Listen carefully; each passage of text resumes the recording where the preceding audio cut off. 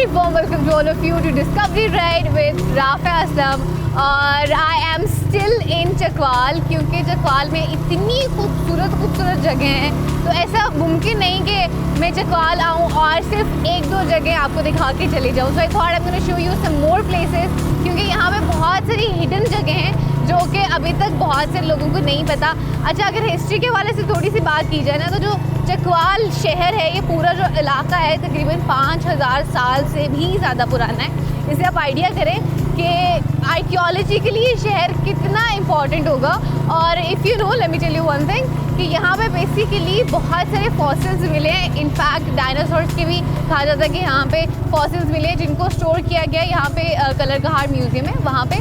तो वो site specifically जहाँ पे ये मिले हैं fossils, I am gonna try कि आपको मैं उस जगह पे लेके जाऊँ and I am gonna show you that place. तो अभी आई गेस डायरेक्टली हम वहाँ पे चलेंगे. सो बेसिकली अगर चकवाल की वैसे बात करूँ ना, चकवाल सिटी की या चकवाल के पूरे इलाके की, तो ये इसका चूँकि इसमें पहाड़ी सिलसिला भी है, तो ये जाके मिलता है कोहिस्तान के इलाके में. और अगर जियोग्राफिकली हम इसकी डिवीज़न करें ना, तो बेसिकली इस जगह को हम 3 हिस्सों में डिवाइड करते हैं. एक तो उसमें आता है कि बेसिकली एक वो इलाका आता है जिसमें पहाड़ी सिलसिला पूरा आ जाता है, सही है. फिर उसके बाद एरिया आता है जो कि नाहमवार है, यानी कि वहाँ पे पहाड़ी सिलसिला तो नहीं है लेकिन वो एक बराबर सतह का भी कोई वो जगह नहीं है. और एक और इस एरिया को जियोग्राफिकली अगर हम डिवाइड करें ना, तो वो वादी सवान है जिससे जाके वो मिलता है. सो बेसिकली इस तरह से कह लें कि चकवाल का जो पूरा एरिया उसको डिवाइड किया जाता है जियोग्राफिकली. और as I told you guys के ये बहुत ज़्यादा अहमियत का हामिल है आर्कियोलॉजिकली, और यहाँ पे बहुत सारे फॉसिल्स भी मिले हैं. So at first what I am gonna do is I am gonna take you to that place जहाँ से सबसे ज़्यादा फॉसिल्स मिले हैं. सो सबसे पहले उस फॉसिल साइट पे चलते हैं और फिर उसके बाद देखते हैं कि what else we could take you there, और हम उसके बाद आपको कहाँ पे लेके चल सकते हैं. सो या लेट्स गो. पहले तो फॉसिल वाली जगह पे चलते हैं और उसके बाद फिर हम कोई और लोकेशन जो है आपको वहाँ लेके चलेंगे. Let's go.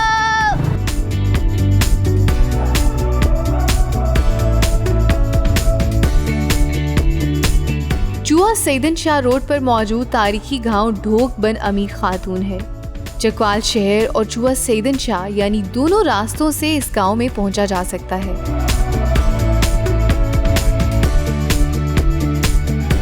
अच्छा, सो हम लोग उस साइट पे पहुंचने वाले हैं. तकरीबन बस थोड़ा सा डिस्टेंस रह गया जिसकी मैं बात करी थी कि मैं आपको लेके चलूँगी वो फॉसिल साइट पे. अच्छा, एक गांव है बन अमीर खातून गांव, जो कि चकवाल से करीब 18 किलोमीटर है. तो ये जो हमें फॉसिल्स मिलते हैं ना, ये उसी गांव में मिलते हैं. एक डैम भी वहाँ पे बनाया गया है जो कि बन अमीर खातून के नाम से ही बनाया गया है. और बड़ा खूबसूरत सा गांव है, बहुत छोटा सा गांव है. तकरीबन यहाँ पे से 2000 के करीब लोग रहते हैं. लेकिन आप ये देखें कि यहाँ पे सिर्फ पहाड़ ही पहाड़ है. इन्हीं पहाड़ों में गाँव मौजूद है. और सबसे ख़ास बात इस गांव की ये है कि यहाँ पे आपको बहुत सारे फॉसिल्स मिलते हैं. और रिसर्च के मुताबिक ये भी पता चला है कि यहाँ पे लाखों साल पुराने जो फॉसिल्स हैं ना, वो यहाँ पे मिल रहे हैं. तो अभी चलते हैं वहाँ पे. मैं तो पहले बहुत ज़्यादा एक्साइटेड हो रही हूँ ये सुन के कि हम उस जगह पे जाने वाले हैं, because I just love history and I just love to know about history as well. कि उस जगह पे जाने वाले हैं जहाँ पे we gonna see the fossils, कि हमें डायनासोर्स तक के वहाँ से फॉसिल्स मिले. तो तकरीबन हम पहुँचने वाले हैं, बस बिल्कुल करीब हैं. पहाड़ मुझे यहाँ से क्लियरली नज़र आ रहे हैं, इर्द गिर्द बिल्कुल सामने भी. So we gonna go and we gonna see कि हमें क्या मिलता है वहाँ पे फॉसिल्स के हवाले से.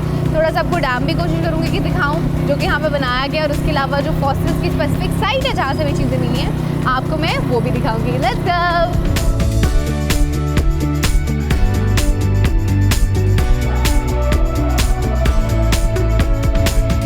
अच्छा, यहाँ पे जितने भी फॉसिल्स मिले हैं ना अभी तक के सारे फॉसिल्स यहाँ से उठा के उन्हें कलरकहाट म्यूज़ियम में रखा गया है. तो इन केस अगर कभी आपने देखना हो कि कौन कौन से फॉसिल्स यहाँ पे मिले हैं, तो आप कलरकहाट म्यूज़ियम जो है उसको विज़िट कर सकते हैं.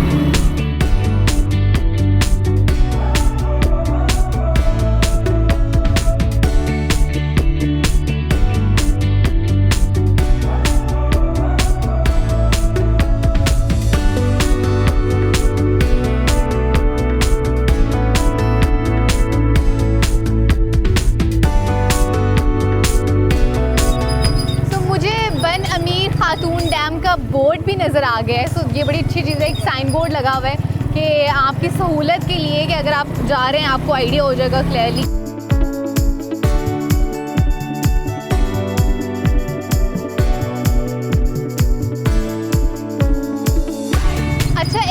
अच्छी चीज़ ये है कि यहाँ पे आपको थोड़े थोड़े डिस्टेंस के बाद 1-2 किलोमीटर्स के बाद आपको साइन बोर्ड्स नज़र आएंगे। सो ये आपकी सहूलत के लिए है कि आपको डायरेक्शन जो है आसानी से पता चल जाए। तो अभी जो है वो एक साइन बोर्ड गुजरा है बन अमीर खातून डैम का, तो हम लोग उसी तरफ जा रहे हैं। यहाँ से तकरीबन कह लें कि ये कोई 1.5 किलोमीटर के करीब है। एक और साइन बोर्ड नज़र आ गया। ये बहुत अच्छी चीज़ है कि थोड़े थोड़े डिस्टेंस के बाद जैसे अब यहाँ पे रास्ता दूसरी तरफ निकलता है कि गलत डायरेक्शन में आप चले जाएं, आपको ये साइन बोर्ड मिल जाएगा। So this is a really good thing. और यू कुड सी मौसम भी अच्छा हो रहा है, बादल एकदम से आ गए सूरज के आगे, तो ये तो ज़्यादा अच्छा हो जाएगा कि इस मौसम में हम लोग उस साइड को विज़िट कर रहे होंगे। बस अभी हमने थोड़ा सा वो जो एक गाँव था जिसकी बात कर रही थी कि गाँव गुजर के बेसिकली वो साइड आती है, तो गांव अभी हमने क्रॉस किया और हम लोग सिर्फ करीब ही हैं उस साइड के, पहुंचने ही वाले हैं। थोड़ा सा डिस्टेंस रह गए। मुझे यहाँ से सिर्फ पहाड़ नज़र आ रहे हैं, घर और वो जो गांव के सारे वो इलाके, वो शिक्षा सारी चीज़ें ना, वो नहीं अब मुझे नज़र आ रहा। बस we I guess are about to reach. So या अच्छा, अभी मैं बता रही थी ना आपको कि जो चकवाल का इलाका है बेसिकली जियोग्राफिकली अगर बात करें तो उसको 3 पार्ट्स में डिवाइड किया जाता है। एक एरिया जो पहाड़ी सिलसिला है और एक नाहमवार। तो जिस तरह की जगह से हम अभी गुजर रहे हैं ये बेसिकली नाहमवार इलाका है। आप देख सकते हैं किस तरह से कहीं से जगह ऊपर है, कहीं से नीचे है। जो पहाड़ी एक प्रॉपर पहाड़ी इलाका भी नहीं है, लेकिन नाहमवार सा इलाका है which we are crossing right now. तो मैंने कहा चलते चलते आपको मैं बताते चलूँ कि जिस नाहमवार इलाके का मैं रेफरेंस आपको दे रही थी वो बेसिकली इस तरह की जगह होती है।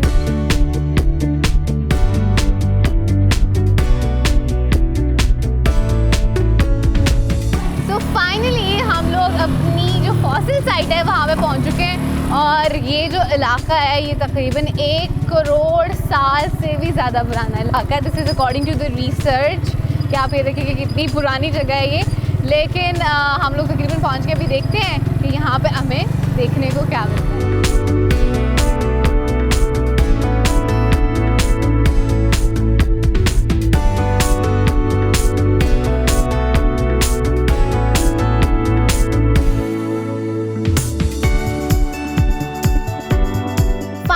बन अमीर खातून डैम पे पहुंच चुकी हूँ। मेरे बाएं जानिब आपको बड़ी खूबसूरत सी झील नज़र आ रही होगी जिस पे बेसिकली डैम बनाया गया है। तो मैंने कहा ऐसे डायरेक्टली गुजरने की बजाय और डायरेक्टली आपको फॉसिल साइट पे लेके जाने की बजाय पहले मैं आपको एक खूबसूरत सी झील जो मुझे इस वक्त नज़र आ रही थी मैंने कहा वो दिखा दूँ। और इस वक्त यू कुड सी हवा भी बहुत अच्छी चल रही है। अच्छा, ये पूरे का पूरा जो एरिया है ना चकवाल का, मुझे लगता है ये सारे का सारा एरिया बहुत पीसफुल है। इससे कुछ दिन पहले I been there to another location, वो भी बहुत पीसफुल जगह थी। और अब अगर मैं यहाँ पे पहुँची हूँ तो ये भी बहुत पुरसुकून जगह है। और मुझे लगता है आगे मैं शायद चकवाल की किसी भी और जगह पे जाऊँगी ना वो भी ऐसी होगी। एक तो लोग वहाँ पे बहुत कम होते हैं, दूसरा वैसे पहाड़ भी आपको मिल रहे होते हैं, फिर दरख्त इतने सारे हैं, फिर ऊपर से मौसम यहाँ का बड़ा अच्छा होता है। तो सारी चीज़ें जो ना वो मिलकर बड़ा एक अच्छा सा एक एनवायरनमेंट क्रिएट कर देती हैं किसी भी टूरिस्ट के लिए। So I guess you guys have seen this झील। इसको भी देखते हैं। मैं कोशिश करती हूँ अगर कहीं से मुझे कोई रास्ता मिलता है तो करीब से जाकर इसको देखें, लेकिन फिलहाल आगे ढूंढती हूँ मैं बिल्कुल करीब ये कि फॉसिल्स की लोकेशन कहाँ है। सो वहाँ चलते हैं और वहाँ चल के आपको मैं वो जगह दिखाती हूँ, वो एरिया दिखाती हूँ जहाँ पे बेसिकली हमें जो जितने भी फॉसिल्स मिले थे उनको वहाँ से लेके जहाँ पे उन्होंने रखा हुआ इधर कलरखार म्यूजियम में, तो वो एरिया चल के मैं आपको दिखाती हूँ। चंद साल कबल यहाँ स्मॉल डैम भी बनाया गया और करीब एक और गांव के नाम की निस्बत से इस डैम का नाम थरपाल डैम रखा गया।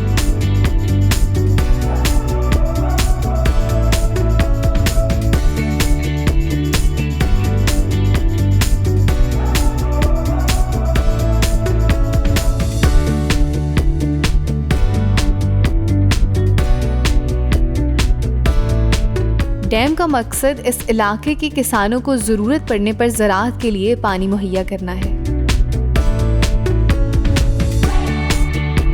इस डैम की खूबसूरती इसके गिर्द मौजूद पहाड़ हैं जो किसी दरख्त की शाखों की मानिंद दाएं बाएं फैले हुए हैं।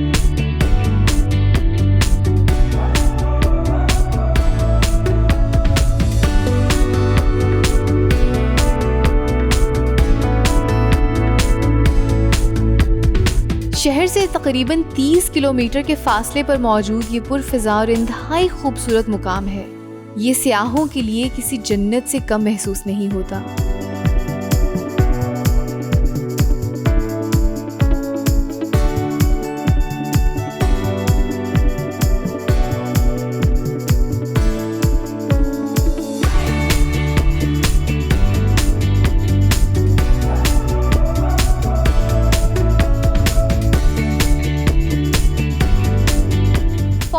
साइड जिसकी मैं बात करी थी, I have reached to that side. दोनों तरफ आपको नज़र आ रहे होंगे ये जो रेड रॉक्स हैं बेसिकली वो मौजूद है और यहाँ से खुदाई की गई है। तो अभी इनके करीब चलकर मैं आपको इनके करीब चल के इनको डिटेल से आपको दिखाती हूँ।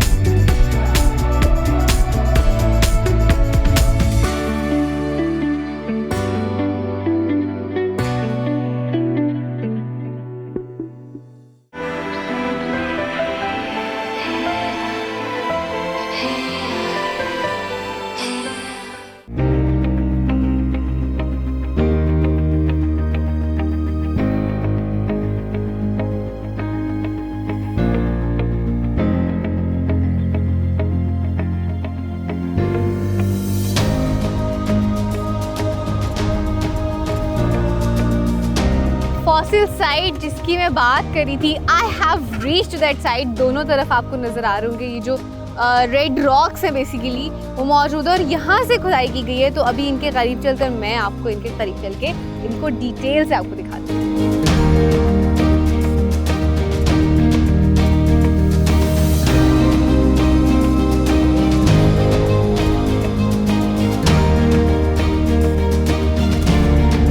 रिसर्च के मुताबिक कलरकहार और ढोक बन अमीर खातून में करोड़ों साल पुराने फॉसिल्स की बड़ी तादाद मौजूद है, जिसमें से कुछ तो दरियाफ्त हो चुके हैं, लेकिन कई मकामात यकीनी तौर पर अभी नजरों से ओझल हैं।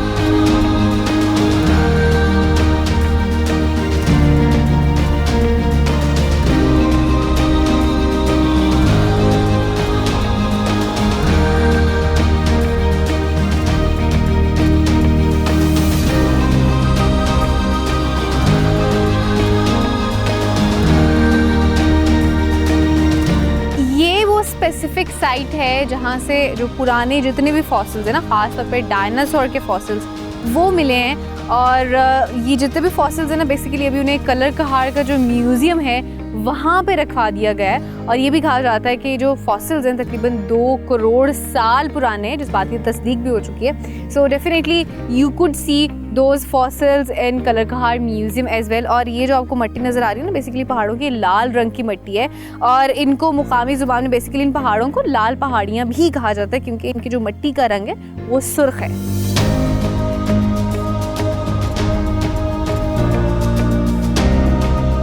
आलमी माहिरीन का ख्याल है कि तकरीबन 2 करोड़ साल पुरानी इस वादी में वुड फॉसिल्स, सीपियों के फॉसिल्स और ज़राफ़े, डायनासोर्स, हाथी और मगरमच्छ वगैरह के फॉसिल्स भी मौजूद हैं, जो कि 1000 साल से लेकर 2.5 करोड़ साल तक कदीम हो सकते हैं।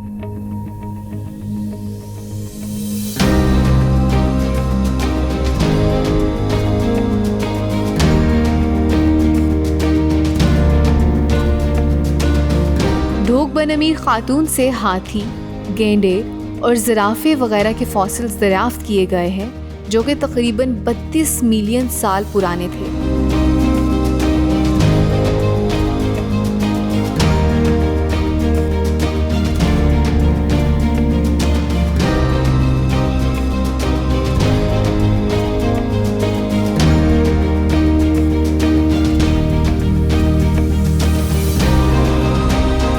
बात करेंगे अब कलरकहार म्यूजियम के बारे में।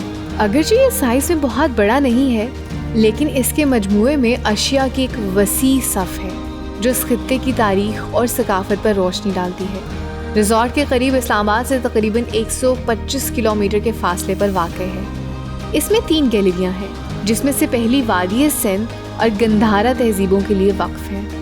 जैसे ही आप गैलरी में दाखिल होते हैं, आपका इस्तकबाल एक बहुत ही खूबसूरत स्टोपा से होता है।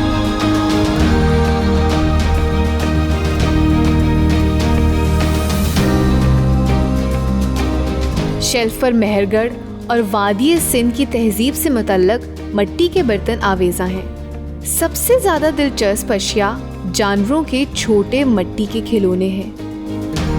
इस गैलरी में बुतमत के कुछ इंतहाई खूबसूरत मुजस्मे भी देखे जा सकते हैं, जो यकीनन म्यूजियम के सबसे कीमती अशिया में से एक है। म्यूजियम में सिक्के का मजमुआ भी काफ़ी मुतासिर कुन है। आप गजनवी दौर से लेकर मुगल दौर तक के सिक्के देख सकते हैं।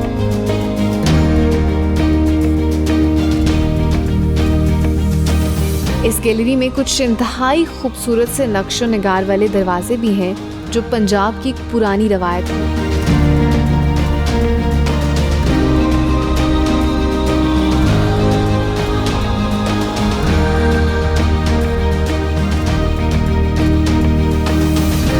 फॉसिल गैलरी, जैसा कि नाम से पता चलता है, यहाँ पे जानवरों के बहुत सारे फॉसिल्स मौजूद हैं। हाथी का एक बहुत बड़ा फॉसिल खास तौर पर देखने वालों को अपनी तरफ मुतवज्जा करता है।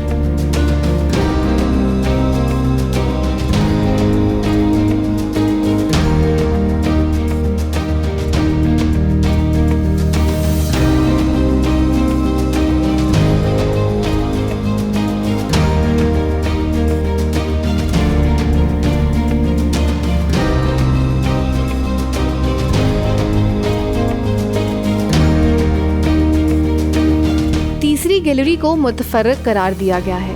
यहाँ आप मुगल और सिख दौर की तलवारों जैसे हथियार देख सकते हैं।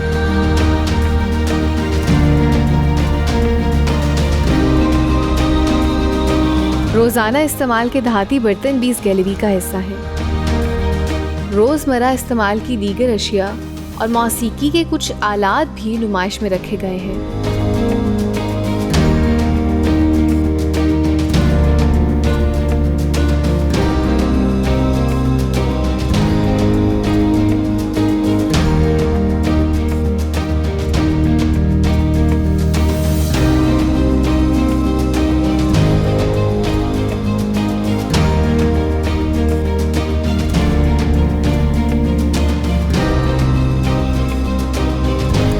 आज से कुछ साल पहले शायद इस गांव को बन अमीर खातून गांव जो है इसको कोई भी नहीं जानता होगा, लेकिन जो इससे यहाँ से फॉसिल्स मिले हैं उन फॉसिल्स की वजह से अब ये गांव दुनिया भर में मशहूर है।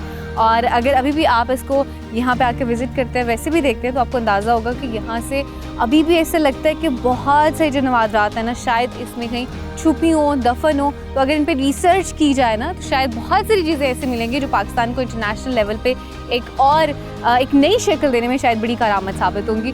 सो आई होप जितने भी आर्कियोलॉजिस्ट हैं या बाकी जितने रिसर्चर हैं इस चीज़ पे काम करें ताकि हमें और बल्कि पूरी दुनिया को पता चले कि पाकिस्तान में किस किस तरह के ख़जाने छुपे हुए हैं।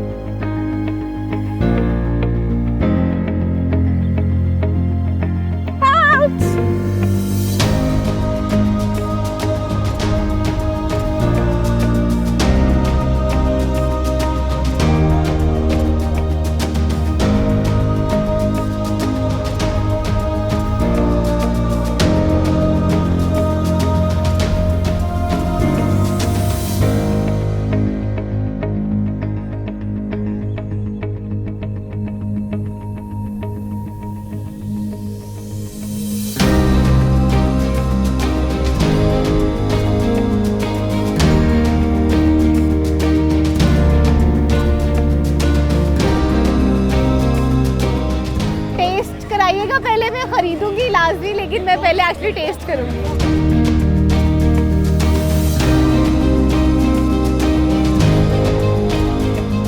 Let's see how is it.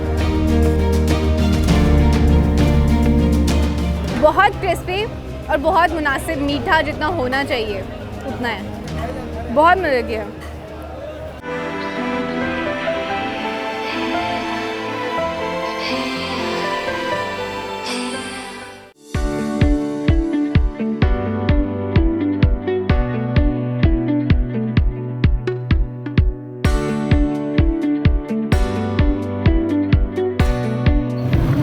Main city में पहुंच गई हूँ। बन अमीर खातून से यहाँ तक का जो डिस्टेंस था ना दैट वाज ऑलमोस्ट कह लें कोई 20 किलोमीटर था।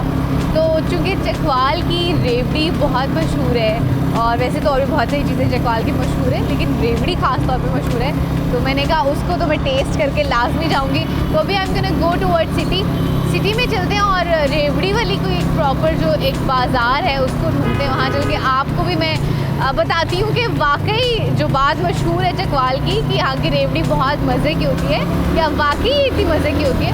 चलते हैं और चल के यहाँ की रेवड़ी ट्राई करते हैं।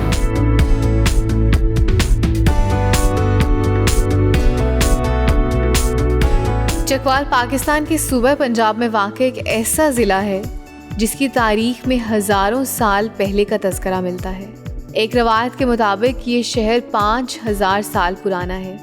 अगर लिबास की बात करें तो यहाँ के लोगों का पसंदीदा लिबास शलवार कमीज है। देहात में धोती कुर्ता और सर पर पगड़ी बांधी जाती है। मैं जा तो बाज़ार की तरफ रही हूँ रेवड़ी खाने, लेकिन रास्ते में I just saw this old railway station. ये बेसिकली चकवाल का पुराना रेलवे स्टेशन है जो कि अब इस्तेमाल में नहीं है। यहाँ पे कोई रेल की पटरी नहीं है, कोई कुछ नहीं है, सिर्फ एक पुरानी बिल्डिंग बची है। और चकवाल से जो स्टेशन है पूरा रेलवे का पूरा वो भी ख़त्म हो चुका है और पूरा जो रेलवे का सिस्टम है वो भी यहाँ से ख़त्म हो चुका हुआ है। लेकिन आई थॉट कि ये पुरानी बिल्डिंग है यहाँ की, तो आई thought I should show you guys, क्योंकि रास्ते में आ रही थी। तो अभी बस चलते हैं आगे बाज़ार की तरफ और जो हमारा मेन काम है चल के वो करते हैं।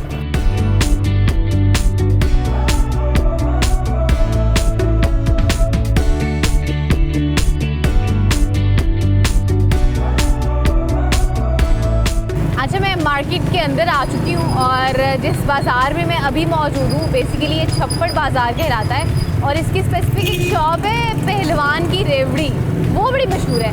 तो I guess I have reached. तो बस यहाँ पे अपनी मैं बाइक पार्क करती हूँ और चल के आपको जो रेवड़ी है ना वो टेस्ट करवाती हूँ।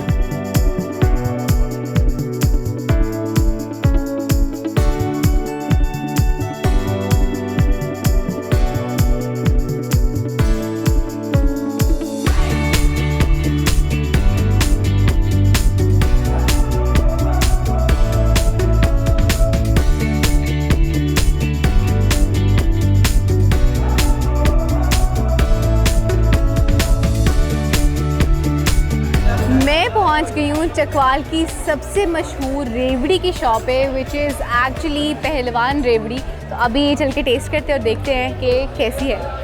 एक तो थोड़ी जगह काउंटर थोड़ा ऊपर है तो आई हैव टू से इट लाइक दिस। अस्सलाम वालेकुम सर, टेस्ट कराइएगा, पहले मैं ख़रीदूँगी लाजमी, लेकिन मैं पहले एक्चुअली टेस्ट करूँगी।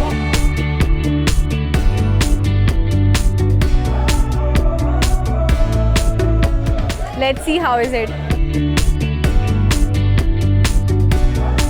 बहुत क्रिस्पी और बहुत मुनासिब, मीठा जितना होना चाहिए उतना है, बहुत मज़े की है।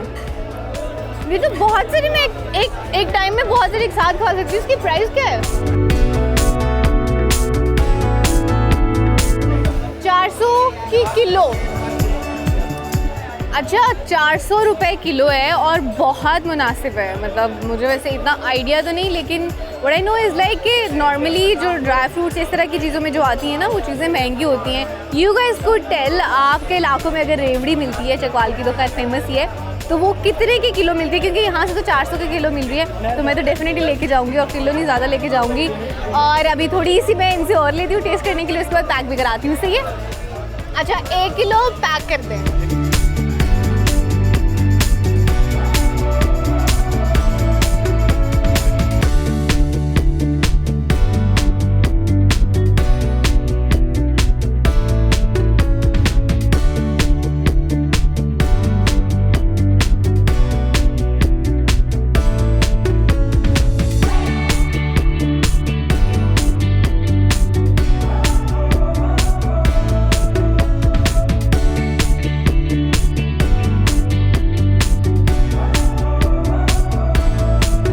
यहाँ के बारे में कहावत है कि यहाँ का हर दूसरा शख्स फौज में है।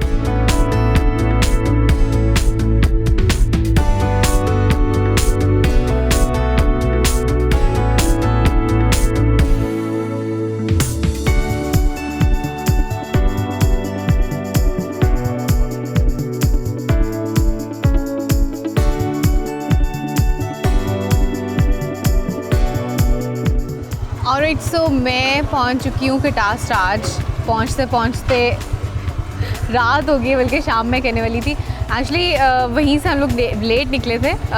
लास्ट जगह जहाँ पे हम लोग गए थे पार्क में, तो शाम तो तभी हो गई थी, लेकिन यहाँ पे पहुँचते पहुँचते रात हो गई है।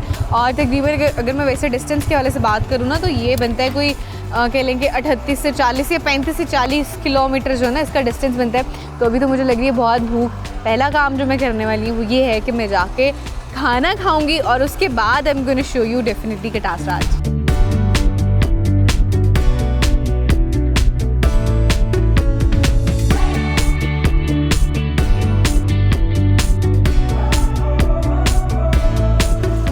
पहुंच गई हूँ कटास राज और मुझे लग रही थी बहुत भूख, इसलिए मैंने फ़ौरन से खाना ऑर्डर कर लिया। तो मैं जब तक खाना खाती हूँ, you guys do one thing, आप लोग जाके कटास राज का विज़िट करें, तब तक मैं अपनी जो भूख है ना वो मिटाती हूँ।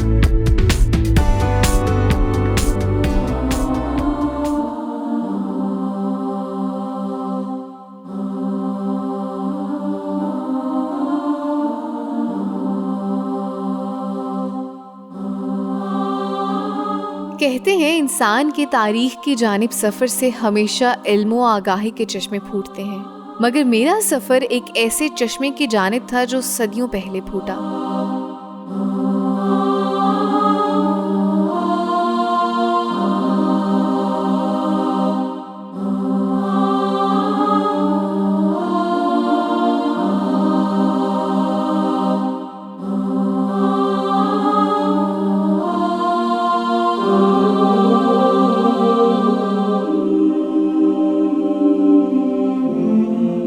कटास राज के मंदिरों का संगे बुनियाद मोहब्बत की कहानी ने रखा, तो यूं कटास राज को मोहब्बत की कहानी कहा जा सकता है।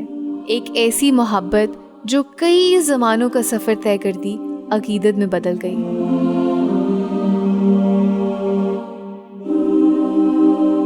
हिंदू अकीदे के मुताबिक जब शिव भगवान की बीवी सती की मौत हुई तो शिव देवता रोए।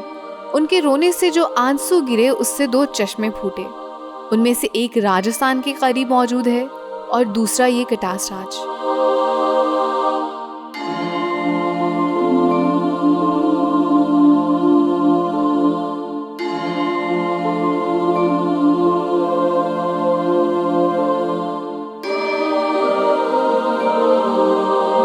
हिंदू मजहब के मानने वाले यहाँ अपनी मजहबी रसूमात मुकम्मल करने कटास राज आते हैं, जबकि सियाहत और तारीखी मकामात में दिलचस्पी रखने वालों की बड़ी तादाद रोज़ इस मुकाम को विजिट करती है।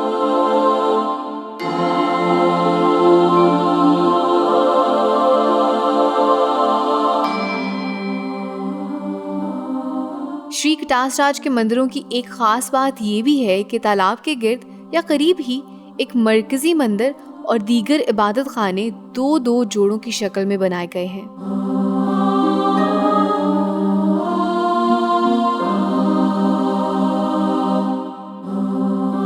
कटास राज के मंदिरों की तामीर में ज्यादातर चूना इस्तेमाल किया गया था।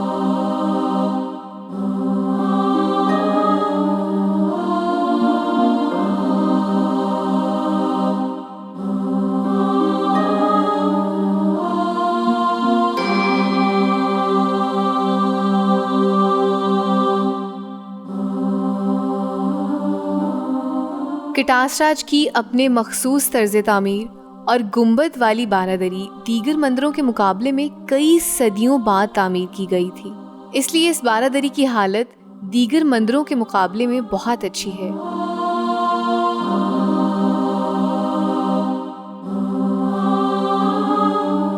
आर्कियोलॉजिकल सर्वे ऑफ इंडिया की 19वीं सदी के आखिर में तैयार करदा दस्तावेज के मुताबिक कटास राज 6ठी सदी ईस्वी से लेकर बाद की कई सदियों तक हिंदुस्तान का एक इंतहाई मुक़द्दस मुकाम था।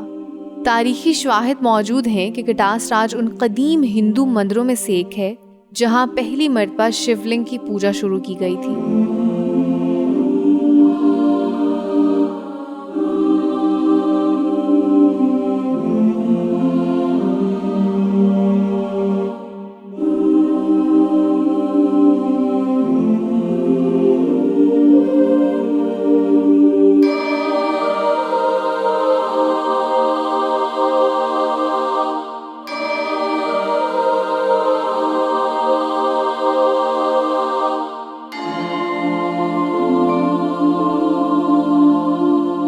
कटास राज के मंदिरों और दूसरी इमारत के कई हिस्सों में मूंग की चट्टानों, जानवरों की हड्डियों और फॉसिल शुदा आबी हयात की कदीम बाकियात देखी जा सकती हैं, जो ये जाहिर करती हैं कि इन सदियों पुराने आसार की तामीर में समुद्री और दरियाई पानी ने अहम किरदार अदा किया था।